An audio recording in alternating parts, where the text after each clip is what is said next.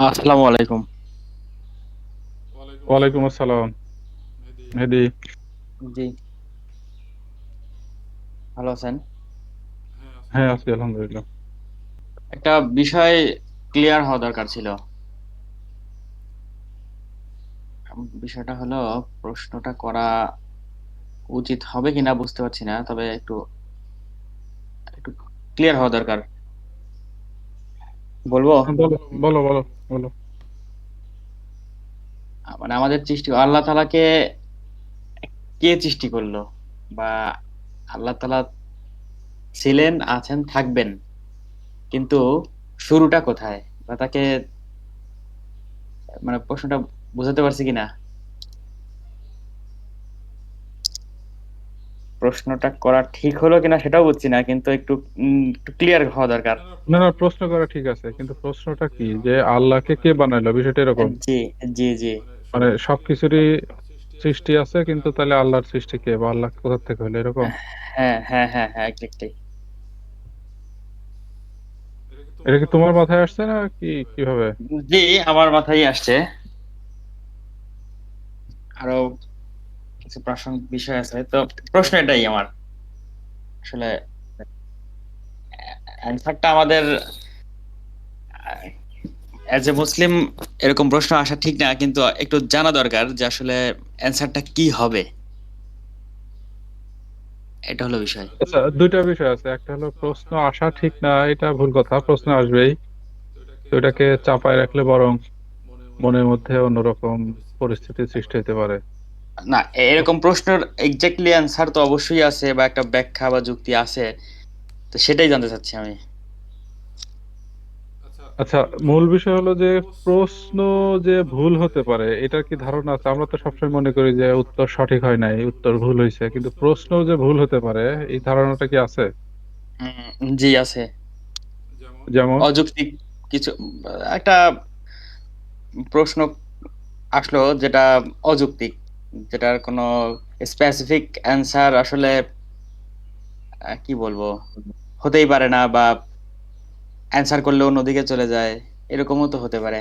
তো আমার প্রশ্নটাও একটু এরকমই মনে হচ্ছে আমার কাছে, কিন্তু জানার ইচ্ছা যে এটার অ্যান্সার আসলে আহ, কি না, এটা হতে প্রশ্ন পারে। অনেকে করে যে আল্লাহকে কে বানাইলো, অনেকে প্রশ্নটা করে, কিন্তু প্রশ্নটা জি, আহ, সঠিক প্রশ্ন না। কারণ হলো যে যদি আল্লাহকে কেউ বানায় তাহলে সেই আল্লাহকে আবার কে বানাইলো, তারপরে আবার জি, কে বানাইলো, জি, জি, তাকে জি, কে জি, জি, বানাইলো?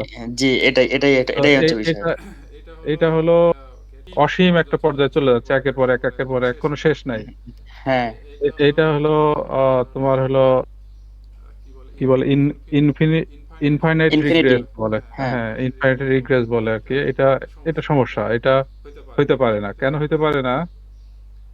যেমন ধরো, তোমাদের এলাকায় একটা ব্রিজ বানাইতে হবে তোমাদের, আহ ওই খালের উপর দিয়ে সবসময় নৌকা দিয়ে চলাচল করতে হয়, কিন্তু ব্রিজ বানাইতে হবে। এখন ওই ব্রিজটা বানানোর জন্য মেম্বারের দরকার হলো চেয়ারম্যানের অনুমতি। জি, এখন চেয়ারম্যান যদি না বলে তাহলে হবে না। আবার চেয়ারম্যানের দরকার এমপির অনুমতি। জি, জি, আবার এমপির দরকার হলো প্রধানমন্ত্রীর অনুমতি।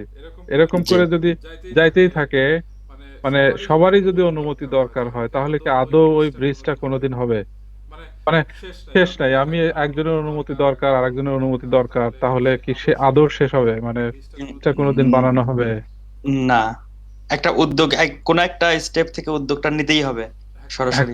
কোনো একটা জায়গাতে গিয়ে যে ফাইনাল ডিসিশন দেওয়ার অ্যাবিলিটি তাকে থাকতে হবে। জি, এরকম যে ধরো তোমাকে আমি একটা বই দিতে চাই, ওই বইটা যদি আমি কারো কাছে নেয়ার অনুমতি লাগে, যে আহ বইটা দেওয়ার জন্য আরেকজনের পারমিশন লাগতেছে, আমার আরেকজনের অনুমতির প্রয়োজন হচ্ছে, তখন আর আবার আরেকজনের অনুমতি প্রয়োজন হচ্ছে। এরকম যদি অনির্দিষ্ট চলতেই থাকে তাহলে তো কোনোদিনও তোমাকে আমরা বইটা দিতে পারবো না। জি, ঠিক আছে? আহ তো এরকমই, অর্থাৎ এই এই প্রশ্নটা যে আল্লাহকে কে বানাইলো, এইটা আসলে প্রশ্নটা সঠিক নয়। কারণ আহ বিষয় হলো যে ধরো তুমি আমি আছি, হ্যাঁ, তাহলে এটা কিন্তু আল্লাহর অস্তিত্বের একটা প্রমাণ। জি, কেমন প্রমাণ? যে আমরা যেহেতু অলরেডি আছি, দুনিয়া আছে, অলরেডি সৃষ্টি হয়েছে, কোন জি একটা জি জায়গায় গিয়ে এই কমান্ডটা শেষ হয়েছে যে কোন একজন ফাইনাল অনুমতি বা ফাইনাল সৃষ্টিকর্তা একজন আছে, যে জি যার অনুমতি সাপেক্ষেই বা যার ইচ্ছার সাপেক্ষেই এই দুনিয়াগুলো বা দুনিয়ার সৃষ্টি চলে আসছে। এটা কিন্তু আল্লাহর হলো অস্তিত্বের একটা প্রমাণও আমরা জি প্রমাণ করতে পারি, যেহেতু আমরা আছি এই দুনিয়াতে। সেহেতু কোনো একটা জায়গায় আহ মানে যেমন আমি অক্সিজেনের উপর ডিপেন্ডেন্ট, অক্সিজেন আসতেছে গাছ থেকে, গাছ আবার মাটির উপরে ডিপেন্ডেন্ট, মাটি আবার পৃথিবীর উপরে, পৃথিবী যখন না থাকলে পৃথিবী নাই। এরকম একের জি পর এক একজন আরেকজনের উপরে ডিপেন্ডেন্সি আছে। তো শেষ ডিপেন্ডেন্সি তাহলে কোন জায়গায়? তো শেষ ডিপেন্ডেন্সিটাইকেই আমরা বলি যে আল্লাহ, যার কোনো ইলাহ নাই, যার কোনো শরিক নাই, যাকে কেউ জি সৃষ্টি করে নাই। আমরা যে সূরা ইখলাস পড়ি আর কি, যে কুল হু আল্লাহু আহাদ আল্লাহুস সামাদ লাম ইয়ালিদ ওয়া লাম ইউলাদ ওয়া লাম ইয়াকুল লাহু কুফুয়ান আহাদ। জি জি প্রশ্ন করতে হবে, হ্যাঁ। এটা প্রশ্নটা অনেক সময় হয় কি যে খুবই ইজি প্রশ্ন, কিন্তু মনের মধ্যে থাকতে থাকতে থাকতে থাকতে এরকম ৫টা প্রশ্ন যখন জড়ো হয়ে যাবে তখন একসময় মনে হবে যে মানে বুঝে যদি হবে তুমি আল্লাহর ইবাদত করো তখন যে মনের শান্তিটা পাবা এটা হবে না। যখন এই প্রশ্নের সংখ্যা অনেক বেশি হয়ে যাচ্ছে তখন ইবাদতের শান্তিটা কমে যাবে। কিন্তু যখনই তোমার প্রশ্নটা প্রকাশ করবা, ওইটা নিয়ে তোর আশা করবা, খুঁজবা, তখন উত্তর যদি নাও পাও, তারপরেও তোমার একটা অন্তরের ক্লারিফিকেশন থাকবে, ইবাদতে মজা পাবা আর কি। বুঝতে পারছি। কথা হবে জি আবার। জি আসসালামু সালাম আলাইকুম। আলাইকুম। ওয়ালাইকুম আসসালাম।